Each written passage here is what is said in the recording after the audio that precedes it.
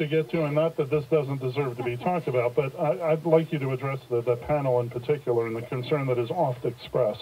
Sure, but I need to start with $716 billion because, Darryl, as you probably know, I mean, I'm actually really shocked that the congressman keeps putting forth this claim of the $716 billion to come out of Medicare. First of all, this is not $716 billion that has anything to do with benefits. This changes how providers are paid. But secondly, and maybe more importantly, the congressman voted twice. I'm actually not in this Do-Nothing Congress, so I've never voted for this. The congressman, however, voted twice for the Ryan budget that took that same $716 billion, identical, and instead of putting it back into health care, which is what Obamacare wants to do, they took that $716 billion so that they could fund the tax breaks to multimillionaires and billionaires.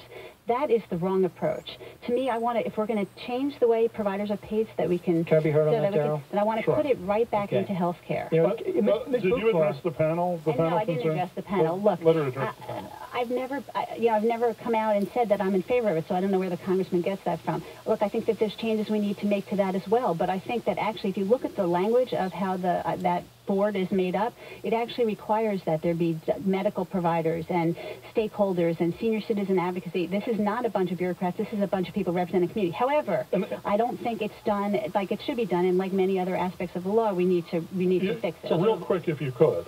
Well, I mean, Ms. Boockvar is hedging now on the Independent Payment Advisory Board. She has to be clearly against it. We cannot hand over decision-making. These decisions need to be made by a physician and the patient, not by 15 unelected bureaucrats in Washington. That's part of the bill that she supports. But more importantly, the $715 billion, if she believes you can take $715 billion out of Medicare and it not affect services to seniors, I'm not sure where she's getting that from. When you reduce payments to providers, that means physicians go out of business. We have fewer doctors. We already have a physician shortage. There will be fewer physicians available to the seniors today. They won't be able to get in to see a physician. So why did you vote for that in the Ryan budget? I think we needed to talk about all that we talked about on the program here today, so I don't feel that bad because I really can't turn the clock back. But obviously there are energy issues that needed to be talked about. There's a difference here, pro-life and pro-choice, and that becomes an issue for a lot of people.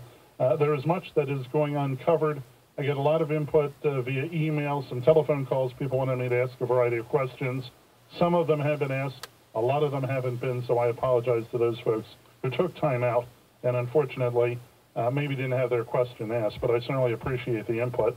We have to start those closing statements or the time will run out completely.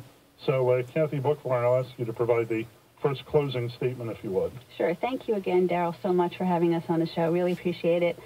Look, I think we can see that there's clearly two starkly different visions of where we think America should go from here. And I believe strongly that what will make America stronger is what President Clinton, here we are talking about President Clinton again, said when he spoke a couple months ago at the convention. He said, he believes in a principle of we're all in this together.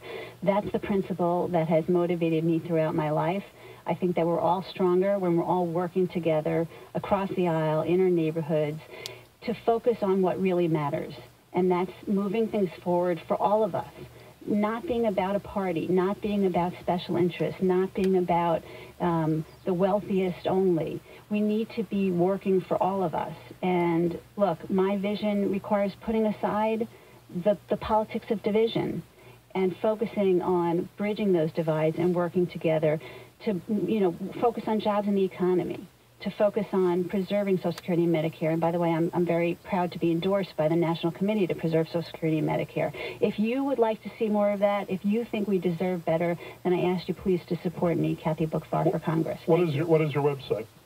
www.boockvar.com. Congressman? Thanks, Darryl. And Ms. Boockvar, likes to talk about, working on what really matters to most of us. I'll tell you what really matters to most of us, turning the economy around, getting the fiscal house back in order, and getting people back to work. Unemployment is excessively high, exceedingly high. I was sent to Washington to stand up against my party, which I have done more than just about any other member of Congress when I believe they're wrong, but also to stand up against this administration. And Ms. Boockvar is talked about promoting policies, which former Speaker Pelosi, she'd love to be Speaker again, and the Democrat administration, the policies that they gave us. 4 years of unemployment over 8%. a $16 trillion debt, up 60% over the last 4 years, on its way to $20 trillion. That comes to over $50,000 per man, woman, and child in the 8th congressional district. High unemployment, high national debt, $4 a gallon for gasoline. We can't afford the Obama economy, and that's what Ms. Boockvar is proposing that we continue with. We need a change in direction in this country. Congressman, your website? www.fitzpatrickforcongress.com. We're going to be back to wrap up on Comment Please by Univest in a moment.